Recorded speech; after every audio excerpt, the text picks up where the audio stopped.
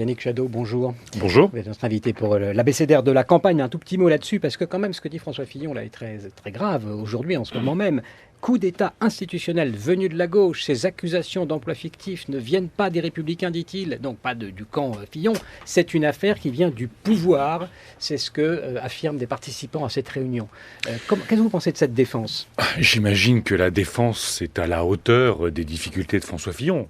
Il va bientôt appeler au complot russe de Poutine qui aurait hacké les médias français. Non, tout ça n'est pas sérieux. Il est obligé d'utiliser de grands mots parce que, évidemment, c'est terriblement choquant pour toutes les Françaises et tous les Français. Et vous diriez que ça ne va pas passer ? Le candidat qui, quand même, a dit il faut supprimer 500 000 postes de fonctionnaires parce que ce sont des fainéants, il faut réduire les aides pour les chômeurs et pour les pauvres parce que ce sont des assistés, il est à l'inverse de ce qu'il prétend. On avait eu la droite bling-bling avec Sarkozy, le Fouquet, Soleil Haute, et non, on a la droite qui cache l'argent sous les matelas. Donc c'est pas plus reluisant, mais il y a un élément que vous oubliez dans tout ce que vous dites et que je dénonce depuis des semaines, c'est que François Fillon a été un député fictif parce que François Fillon a mis en place une société de conseil qui s'appelle 2F Conseil. Il a touché 17 000 € par mois pendant 5 ans avec sa société de conseil. Le soupçon est lourd qu'il ait y compris eu des contrats avec des sociétés russes. On ne sait pas si c'est vrai, on ne sait pas si c'est pas vrai. Ce qui est sûr, c'est que M. Fillon, candidat encore à l'élection présidentielle, dit secret commercial sur toute son activité de conseil pendant 5 ans. C'est totalement inacceptable. Je pense qu'il est profondément touché, voire coulé aujourd'hui. L'abécédaire de la campagne à la lettre R comme rassemblement avec Yannick Jadot, interrogé par Sophie Delpont. Bonjour Yannick Jadot. Bonjour. Candidat donc d'Europe Écologie à la présidentielle. Vous disiez pendant votre campagne des primaires que vous saviez que vous n'alliez pas gagner la présidentielle. Puis vous avez soutenu que non, vous n'iriez pas vous désister en faveur du candidat socialiste et que vous iriez jusqu'au bout. Maintenant, qu'est-ce que vous dites, Yannick Jadot ? Je dis que il y a 6 mois, on allait dans une présidentielle avec Le Pen, Sarkozy, Bayrou, Hollande, Mélenchon. On nous promettait qu'on ne parlerait pas d'écologie dans cette campagne présidentielle. Et 6 mois après, une partie de ceux-là sont partis, j'espère, pour de longues vacances. Et on parle beaucoup d'écologie dans cette campagne présidentielle. Et face à un nouveau paysage, il y a la responsabilité pour celles et ceux qui défendent un programme qui soit fondé sur l'écologie, le social, l'Europe et la démocratie, de dépasser les égos pour parler projet et de dépasser les appareils pour créer une formidable dynamique. Donc vous résistez pour... non, vous raccourcissez si vous voulez, mais c'est pas exactement ce que j'ai dit. Non, j'ai dit qu'aujourd'hui, la première étape, ça ne peut être que la discussion du projet. Moi, j'ai discuté hier midi avec Benoît Hamon. J'ai appelé Jean-Luc Mélenchon ce matin pour justement dire est-ce qu'on est en capacité, est-ce qu'on a la volonté à la fois de la clarté du projet, parce que s'il n'y a plus de clarté du projet, on est toujours dans la confusion, ça saoule tout le monde. Est-ce qu'on a l'ambition de dépasser les appareils politiques, parce qu'il ne s'agit pas de régler les choses entre appareils politiques, et de créer ce qui semble être une demande extraordinaire des Françaises et des Français, dépasser, renouveler les idées, renouveler les pratiques, renouveler les personnes. Et qu'on ait cette grande aventure écologiste, sociale, européenne pour cette campagne présidentielle qui peut gagner. Et c'est ça la nouveauté, qui peut gagner. Mais la priorité, la seule étape aujourd'hui sur laquelle on doit être, c'est est-ce qu'on a la clarté du projet entre nous ? Est-ce qu'on a la cohérence ? Est-ce qu'on est capable de dépasser les appareils ou est-ce que Benoît Hamon va être rabougri, rétréci par ses amis du Parti Socialiste qui n'ont absolument pas fait leur conversion à l'écologie ? Est-ce que Jean-Luc Mélenchon est capable d'avoir une vision plus européenne et moins conflictuelle de la société ? Voilà ce dont nous devons débattre.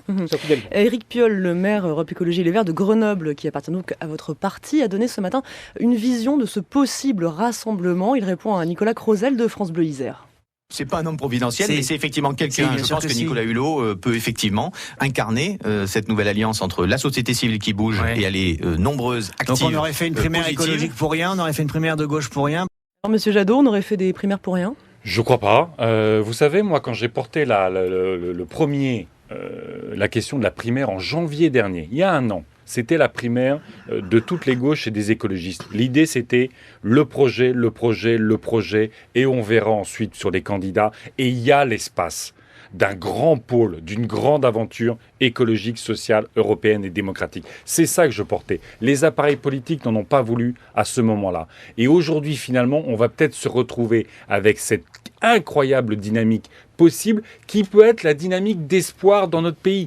Vous avez les candidats de l'immobilisme et du statu quo, vous avez Marine Le Pen qui veut tout casser, mais qui est embourbée comme Fillon dans les affaires d'assistants parlementaires, qui veut nous faire régresser terriblement comme Donald Trump, et puis à notre aventure. C'est ça la vraie alternative à l'immobilisme, c'est ça la vraie aventure qui porte l'espérance dans notre pays pour régler les problèmes de quotidien, comme pour se donner un projet. Vous oubliez Macron, non ? Pardon ? Vous oubliez Macron, non ? Non, il était dans la. Pardon. Vous savez, non, mais Macron, c'est intéressant. Non, mais parlons-en. Vous parlez. Attendez, vous posez une question, il faut que j'y réponde. Oui, bon. Macron, c'est intéressant. Il a une vraie dynamique. Incontestablement, il a une dynamique autour de lui. Le projet, on ne sait pas ce que c'est.